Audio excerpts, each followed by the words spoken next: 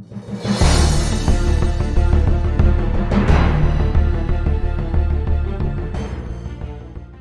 Everyone, welcome to my channel of book बदमाश। दोस्तों, आज हम बात करने वाले हैं क्लास 10th की एनसीईआरटी की बुक और रेफरेंस बुक। इन दोनों में से कौन सी बुक इस साल 2022-23 में बच्चों को पढ़नी चाहिए और क्या दोनों बुक पढ़नी चाहिए, किस बच्चे को एनसीईआरटी पढ़नी चाहिए। ये मेरे पास एनसीईआरटी की बुक है और ये है हमारी फेमस बुक आर.डी. शर्मा, और एक बुक और है मेरे पास एम.एल. अग्रवाल करके। तो मैं आज इन तीन बुक्स के बीच में आपको अंतर बताऊंगा कि इन तीनों बुक में से कौन सी बुक आपको पढ़नी चाहिए, कौन सी बुक ज्यादा स्कोर करा सकती है और क्या ये तीनों बुक इफेक्टिव हैं या नहीं। तो अभी फिलहाल शुरुआत करने से पहले मैं आपको बता दूं कि आपका जो फंडामेंटल बुक है वो तो एनसीईआरटी की है। तो आपको जो एनसीईआरटी की बुक है इससे क्या क्या पढ़ना है और कैसे पढ़ना है। तो जैसे कि आपको स्क्रीन पे दिख भी रहा होगा कि एनसीईआरटी की बुक जो है मेरे पास अभी सेकेंड हैंड बुक है ये एनसीईआरटी की। तो अभी जो एनसीईआरटी की क्लास 10th की बुक है, इस बुक से आपको करना क्या क्या है, कहाँ कहाँ से पढ़ना है और कैसे पढ़ना है। क्या आप खुद से पढ़ सकते हो एनसीईआरटी की बुक? जी हाँ, बिल्कुल पढ़ सकते हो। मैथ्स की एनसीईआरटी की बुक आप खुद से भी पढ़ सकते हो, बट स्टिल अगर आपको कहीं हेल्प की जरूरत है तो आप यूट्यूब या फिर किसी ऑफलाइन ट्यूशन को भी सर्च आउट कर सकते हो। तो अभी क्या है कि एनसीईआरटी की बुक को पढ़ें कैसे। तो अगर हम देखें तो हमारा फर्स्ट चैप्टर है रियल नंबर्स। अगर आपको दिख रहा होगा तो रियल नंबर्स के फर्स्ट पेज पे लिखा हुआ है इंट्रोडक्शन। इस पेज को नहीं पढ़ना, ठीक है। चाहो तो पढ़ सकते हो बट पढ़ना ही नहीं है इस पेज को, ठीक है। अब करना क्या क्या है, आपको पढ़ना कैसे है।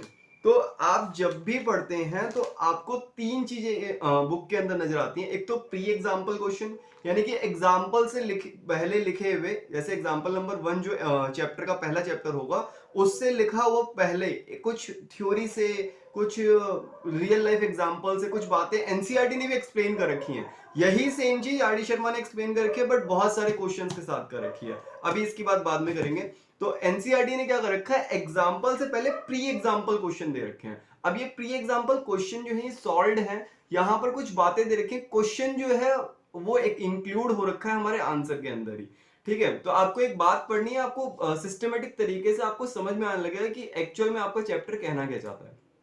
लाइक जो हमारा फर्स्ट चैप्टर है वो रियल नंबर्स है, और रियल नंबर्स दुनिया भर में पाए जाने वाले सारे नंबर्स को रियल नंबर्स ही कहते हैं हम, है ना। तो रियल नंबर्स कौन से नंबर्स हैं इसकी बात यहाँ पे कतई नहीं कर रखी। इन्होंने क्या कर रखा है, इन्होंने क्या रखा है कि भैया यूक्लिड डिवीजन लेमा जो आप काट चुके हैं लोग, यूक्लिड डिवीजन लेमा का यूज करो और एचसीएफ निकालो, एलसीएम निकालो। जैसा कि आपको दिख भी रहा होगा एलसीएम एचसीएफ की बात कर रहे हैं। इसी चैप्टर के अंदर आपको प्राइम फैक्टर्स बनाने के लिए बोला जाएगा, फैक्टर ट्री बनाने के लिए बोला जाएगा। इन सबको पहले प्री एग्जांपल क्वेश्चन से पढ़ो, फिर एग्जांपल करो और फिर आओ आप अनसॉल्व क्वेश्चंस पे। अनसॉल्व क्वेश्चन करने के लिए मैं रिकमेंड करूंगा कि आप पहले एग्जांपल्स कर लें फिर अनसॉल्व क्वेश्चन पे आए। इस बुक को पूरा पढ़ने के बाद आपको साल के अंत में सारा सिलेबस समझ में आ जाएगा कि आपको करना क्या है, बोर्ड में कैसे जाके अटेम्प्ट करने हैं क्वेश्चंस।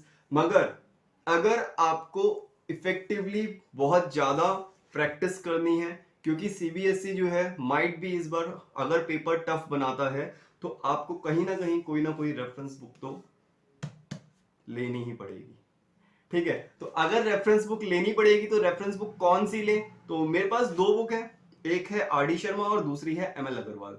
तो अभी फिलहाल मैं आर.डी. शर्मा की बात करता हूँ। आर.डी. शर्मा कैसी बुक है, इस बुक को तो हम बचपन से देखते आ रहे हैं। मैंने भी इसी बुक से पढ़ा होगा शायद अपनी, शायद नहीं भैया सही में पढ़ा है, मैंने भी इसी बुक से पढ़ा है। क्लास 10th में, 11th में, 12th में पढ़ा है, 9th तक एनसीईआरटी की बुक से पढ़े थे। तो अब इस बुक के अंदर अभी फिलहाल मेरे पास ये एनसीईआरटी की आर.डी. शर्मा की सेकेंड हैंड बुक है। तो अब इस बुक को पढ़ना कैसे है। इस बुक के अंदर सारे क्वेश्चन आपके एक साल में नहीं हो पाएंगे। आपको इस बुक की मोटाई से पता लग रहा होगा, हमारी एनसीईआरटी की बुक आधी है इसकी। तो अगर मैं देखूं तो ये आर.डी. शर्मा है और ये एनसीईआरटी की बुक है, तो ऑलमोस्ट ट्रिपल है ये बुक, ठीक है। तो इतनी मोटी बुक से हमें पढ़ना नहीं है। अभी अपने को करना क्या है कि अपने को ये सारी बुक नहीं करनी। इस बुक के अंदर अगर आप 40% पार्ट कंप्लीट कर जाओ, अब ये 40% कैसे करना है ये मैं आपको बता देता हूँ।